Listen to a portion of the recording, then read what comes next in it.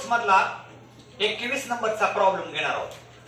पण ह्या 21 प्रॉब्लेमचं वैशिष्ट्य काय सांगतो. ह्या 21 नंबरच्या प्रॉब्लेम मध्ये तुम्हाला कॅपिटल फंड दिलाच नाही, तर तुम्हाला स्वतःहून कॅपिटल फंड काढावा लागेल आणि कॅपिटल फंड काढण्यासाठी तुम्हाला ओपनिंग बॅलन्स शीट काढावं लागेल. मग ह्या ओपनिंग बॅलन्स शीट मध्ये रिसिप्टचा टू बॅलन्स बेडिंग कॅश कुठे घ्यायचा, ऍसेटला. रिसिप्टचं गेल्या वर्षाचं सबस्क्रिप्शन कुठे घ्यायचं, ऍसेटला. आणि ऍडजस्टमेंट मध्ये दिलेल्या 1/4च्या ऍसेट कुठे घ्यायच्या, ऍसेटला. आणि पेमेंटला जर एखादा खर्च गेल्या वर्षाचा असेल तर तो कुठे घ्यायचा, लायबिलिटीला. क्लोज करा. ऍसेट साइड मोठी असणार, लायबिलिटीला फरक पडतो, त्याला म्हणायचं कॅपिटल फंड. मग एकदा का तुमचं कॅपिटल फंड निघाला की आपल्या रेग्युलर प्रॉब्लेमला सुरुवात करायची.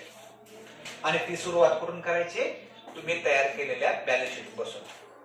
Liability, asset, receipt, payment, adjustment आणि क्लोज. मग आता प्रॉब्लेम सोडवण्यापूर्वी आपण ओपनिंग बॅलन्स शीट तयार करून घेऊया.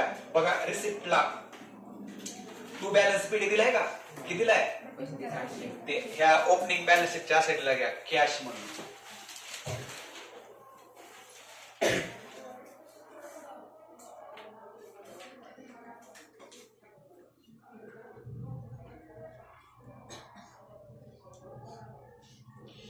रिसिप्टला गेल्या वर्षाचं सबस्क्रिप्शन दिलंय बघा, किती दिलंय, ती पण घ्या सेटला.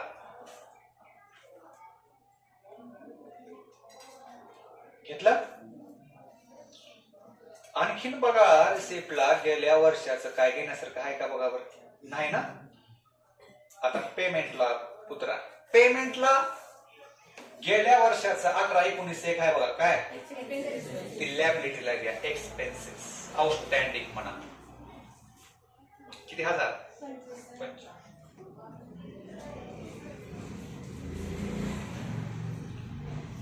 घेतलं.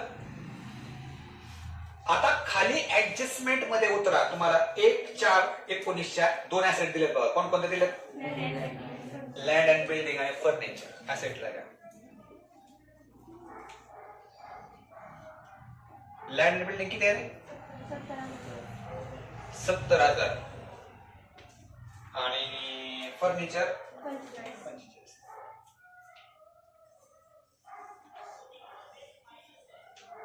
फिनिश. आता ते ऍसेट क्लोज करा. किती ते ऍसेट टोटल बघा,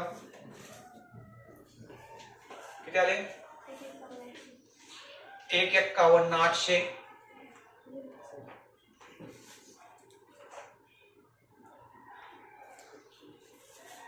एक 51,800 मधून 25,000 वजा करा. जो फरक येईल त्याला म्हणा कॅपिटल फंड. किती, 1,26,800.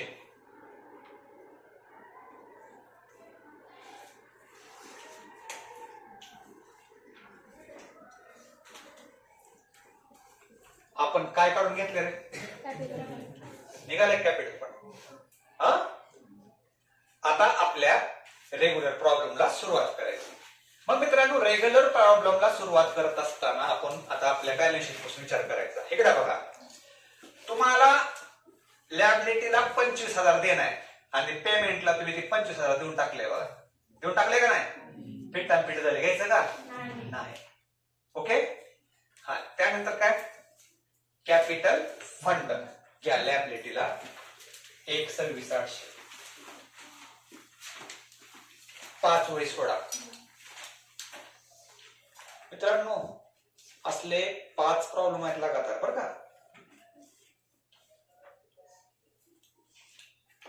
हा, लायबिलिटी साईड संपले का. आता ऍसेटचा काय, कॅश.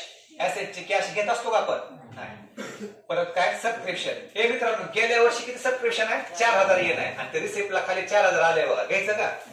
पुढे काय, लँड बिल्डिंग ऍसेटला घ्या, 70,000.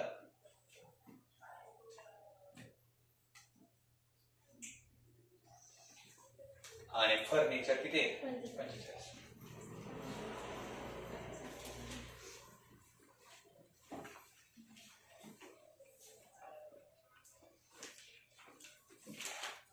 लक्षात आलं का? आता बॅलन्स शीटची पोस्टिंग संपली का? आता खाली तुमच्या रेग्युलर प्रॉब्लेमच्या रिसिप्ट पासून सुरुवात करायची हो का? रिसिप्टचं टू बॅलन्स बीडी तर त्या ओपनिंग बॅलन्स शीट मध्ये घेतलं होतं 18-19 सबस्क्रिप्शन कटलं होतं. आता चालू वर्षाचं किती सबस्क्रिप्शन सांगा बघ. इन्कम ला घ्या 2,30,000. इनर ला घ्या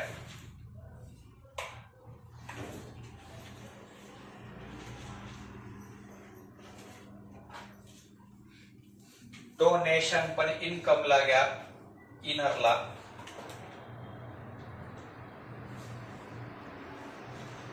60,000.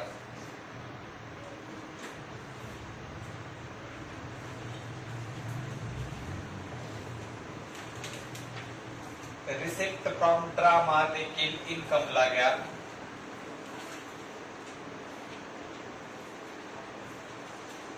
40,000.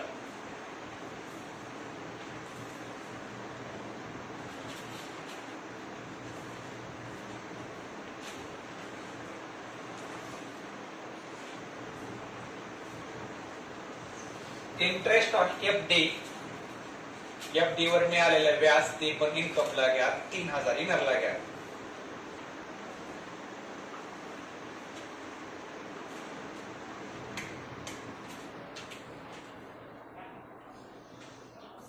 एंट्रन्स फीस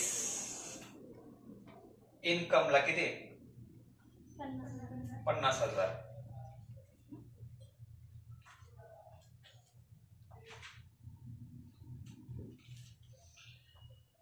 आणि लास्ट इन्कम फ्रॉम इन्व्हेस्टमेंट देखील इन्कमला 1,000 इनर लागेल.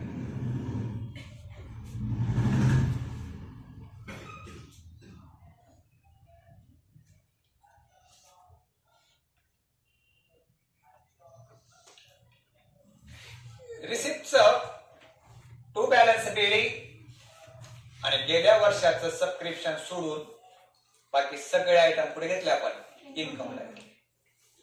आता आपल्याला कुठला आयटम चालू करायचा आहे पेमेंट. पहिला आयटम कुठला आहे एक्सपेंडिचरला घ्या इनरला 50,000.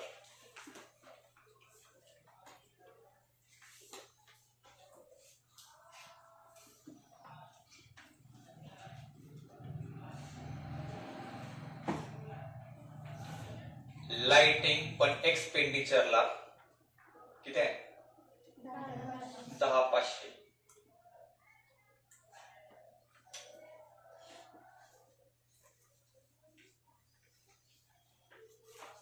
जनरल एक्सपेन्सेस एक्सपेंडिचरला 20,000.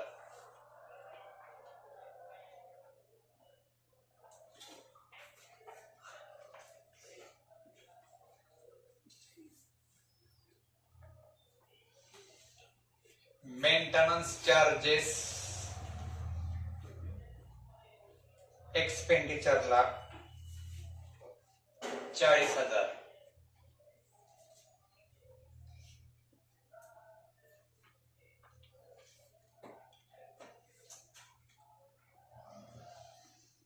एंटरटेनमेंट एक्सपेन्सेस एक्सपेंडिचरला 35,000.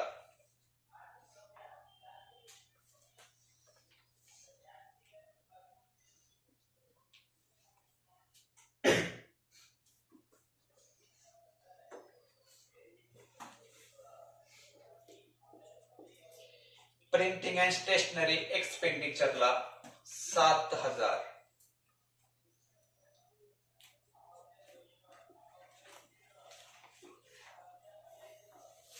आता महत्वाचा पॉइंट बघा मित्रांनो, तुम्ही इथं लायबिलिटीला आउटस्टँडिंग एक्सपेन्सेस 25,000 घेतले तेव्हा आणि पेमेंटला पण 25,000 आहे बघा. काय होणार आहे कट होणार आहे, कुठंच घ्यायचं नाही.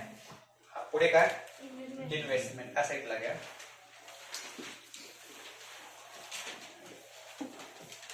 1,00,000 किती आहे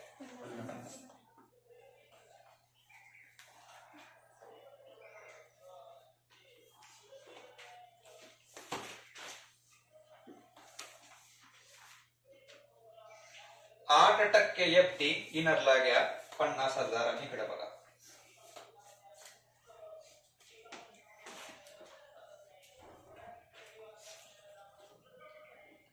मित्रांनो टक्केवारी म्हटलं की लगेच तुम्हाला आठवतं ती हिडन ऍडजस्टमेंट असते, बरोबर आहे का? आता काल एक टक्केवारी होते बघा, इन्व्हेस्टमेंट 1 लाख त्याच्यावर 10% होतं, जे 10,000 रुपये व्याज आलेलं होतं, त्यामुळे काढलं का आपण? नाही. आता इथं आपण गंमत सांगतो, 50,000वर 8% वर्षाचे व्याज किती येते? 4,000. पण त्या 4,000 पैकी 3,000 रुपये व्याज ऑलरेडी आले बघा, इन्कमला आले का?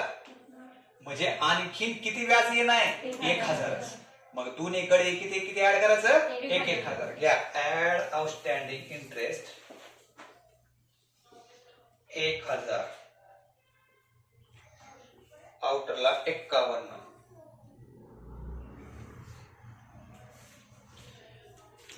आणि इन्कमच्या पण इंटरेस्ट ऑन एफडी मध्ये ऍड आउटस्टँडिंग 1,000, त्याला माउटरला 4.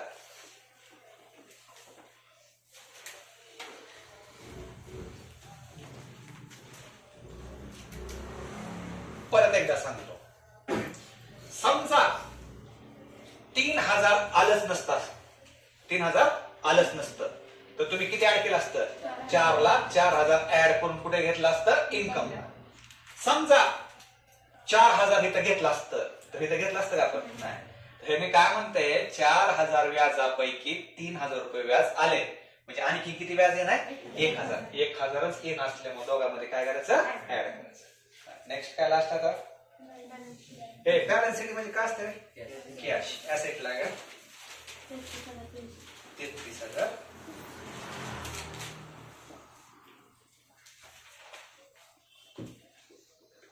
ओके, समजलं?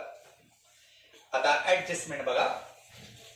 जे हनुमान व्यायाम शाळा has 5,000 member paying annual subscription 50 each. मित्रांनो तिसऱ्यांदा आलंय बघा, 5,000 गुणिले 50 चा गुणाकार किती येते? 2,50,000. म्हणजे 2,50,000 सबस्क्रिप्शनची रक्कम आपल्याला येणं आहे, पण त्यातले किती आले? 2,30,000. म्हणजे आणखी किती येणार आहे? हे 2,50,000 आउटरला घ्या.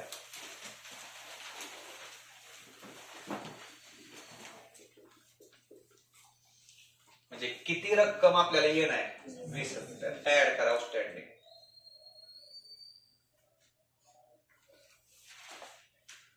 गुणाकार आउटरला घ्यायचा, दोघांची बेरीज काय करायची? ऍड. आणि आउटस्टँडिंग म्हटल्यावर दुसरा इफेक्ट घ्या ऍसेटला. Outstanding subscription 20,000. तिसऱ्यांदा असा प्रॉब्लेम आलाय बघा, आलाय नाही? हा, परत एकदा सांगतो, 5,000 मेंबर आहेत आपल्या व्यायाम शाळेमध्ये आणि प्रत्येकाला फीस किती आहे? 50. म्हणजे एकूण सबस्क्रिप्शन किती यायला पाहिजे होतं आपल्याला?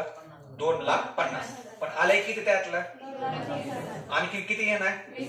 आणखीन 20,000 येणं असल्यामुळे ऍड करून पुढे घेतलं असेल. सेकंड ऍडजस्टमेंट तर सोपे आहे. आउटस्टँडिंग सॅलरी, सॅलरी मध्ये ऍड आउटस्टँडिंग 12,000,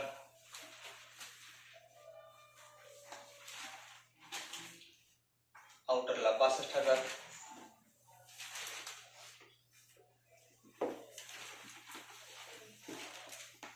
दुसरा इफेक्ट लॅबिलिटीला आउटस्टँडिंग सॅलरी 12,000.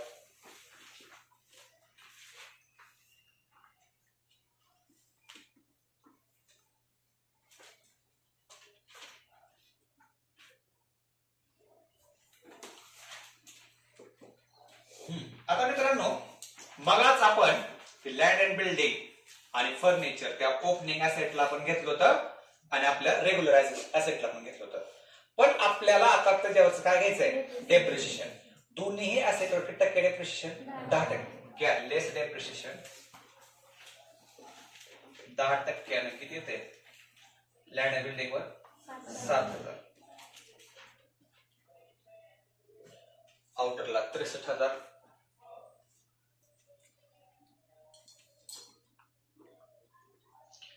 आणि फर्निचर वर 4,500 वजा करून आउटर किती येते? 40,000. या डेप्रिशिएशनचा दुसरा इफेक्ट घ्या डेबिटला, सॉरी एक्सपेंडिचरला, डीईपी लँड अँड बिल्डिंग आणि फर्निचर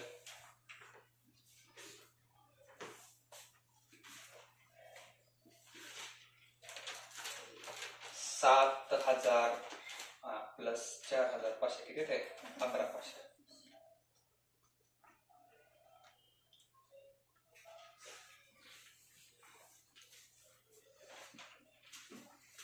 चौथी ऍडजस्टमेंट बघा, इन्कम अक्रूड ऑन इन्व्हेस्टमेंट. मित्रांनो अक्रूड म्हणजेच काय, आउटस्टँडिंग. मग त्या इन्व्हेस्टमेंट मध्ये काय करायचं, ऍड आउटस्टँडिंग. किती हजार करणार, किती, आउटरला 1,52,000 हा झाला पहिला इफेक्ट. आणि याचा दुसरा इफेक्ट ऍड केल्यामुळे इन्कमला, पहिली इन्व्हेस्टमेंट आहे बघा इंटरेस्ट ऑन इन्व्हेस्टमेंट, त्यामध्ये पण काय करायचं, ऍड आउटस्टँडिंग.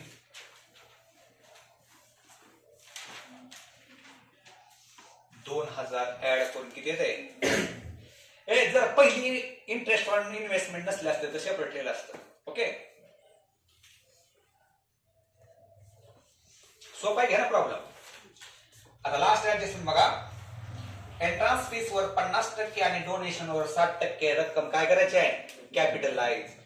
एंट्रन्स फीस मधून लेस कॅपिटलाइज 50%.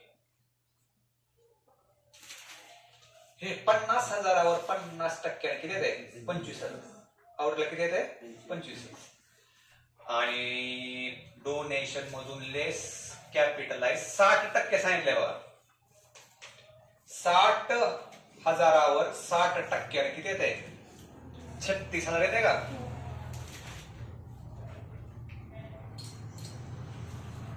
आउटरला किती येते मग, 24.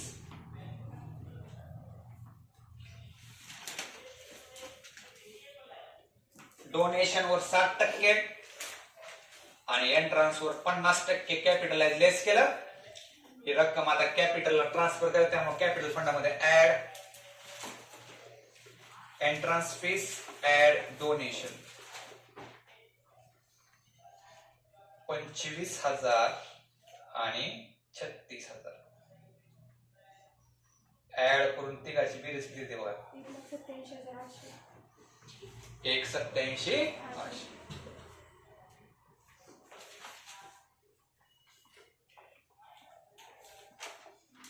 झाला की प्रॉब्लेम, हा. चला मग आता क्लोज करू इन्कम साइड मोठी. किती ते बघा, 3,46,000, 3,46,000.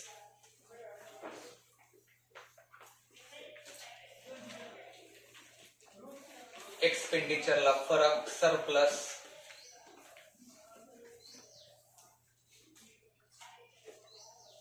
1,00,000 किती, 60,000.